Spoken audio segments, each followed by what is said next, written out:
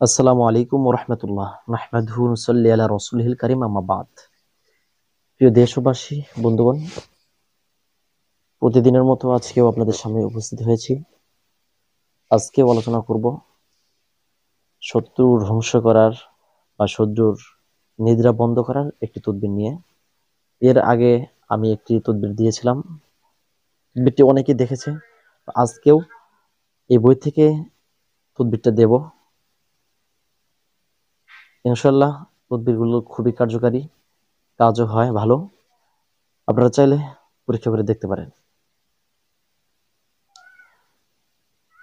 শত্রু মানুষের থাকবেই, এটাই স্বাভাবিক। শত্রু ছাড়া কোনো মানুষ নেই। আপনি একটা কাজ করছেন, অন্যজনের পছন্দ হয়নি, তখন সে আপনার শত্রু হয়ে দাঁড়ানো। হয়তো আপনিও ব্যবসা করছেন, অন্যজনের ব্যবসা করছে, পেরে উঠছে না, তখন আপনার শত্রু হয়ে সে দাঁড়ায়। শত্রু ধ্বংস করার জন্য বা শত্রু দমন করার জন্য, শত্রু নিদ্রা বন্ধের জন্য কিছু তদবির রয়েছে। শত্রু ধ্বংস করারও কিছু তদবির রয়েছে। এগুলো খুবই পরীক্ষিত, খুবই কার্যকারী। তবে অবশ্যই এটা হালাল পন্থায় করতে হবে, হালাল জায়গায় করতে হবে। আজকে যে শত্রু নিদ্রা বন্ধের জন্য যে তদবিরটা দেব, এটা খুবই কার্যকারী, খুবই কার্যকারী। আপনি একবার করে দেখেন, একটা বার করে দেখেন, দেখবেন আপনার শত্রুর অবস্থা কি বেহাল অবস্থা হয়ে যায়। তবে অবশ্যই আপনি হারাম জায়গা করবেন না, হালাল পন্থায় হালাল ভাবে করার চেষ্টা করবেন।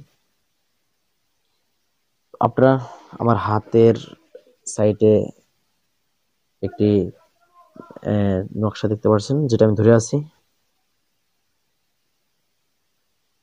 এই নকশাটি আপনাদেরকে লিখতে হবে অবশ্যই পাক পবিত্র অবস্থায়, পাক পবিত্র স্থানে বসে লিখতে হবে।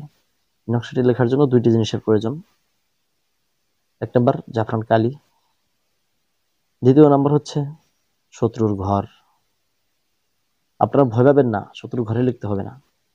আপনি আপনার স্থানে লিখে শত্রুর যে স্থানে ঘুম আসে তার মাথা বরাবর মাটির মধ্যে গেড়ে দিবেন, অর্থাৎ তার খাট সোজা মাটির মধ্যে গেড়ে দিবেন।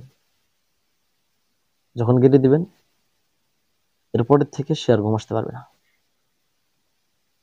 ঘুম আসতে পারবে না বলতে, ঘুম আসতে গেলেও ঘুম আসবে না, চোখে ঘুম ধরবে না, ভালো লাগবে না। আর নকশার নিচে শত্রুর নাম লিখতে হবে। যখন আপনি কোনো শত্রুর সাথে পেরে উঠবেন না, আপনার অবস্থা একেবারে খারাপ করে দেয়, বা আপনি তার সাথে কখনো পেরে ওঠেন না, আপনার সাথে শত্রুতা করে যাচ্ছে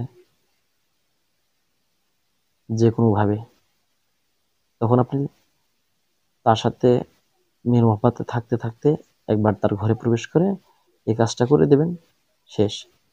এরপর থেকে সে আর ঘুম আসতে পারবে না। সে আর একটা মানুষ যখন ঘুম আসতে না পারে, সে পাগল হয়ে যায়, পাগল হয়ে যাবে।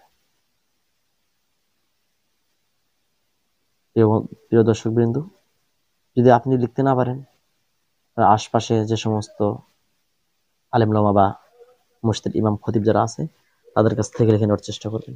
এরকম আরো ভিডিও পেতে আমাদের সাথে থাকুন। আসসালামু আলাইকুম রহমতুল্লাহ।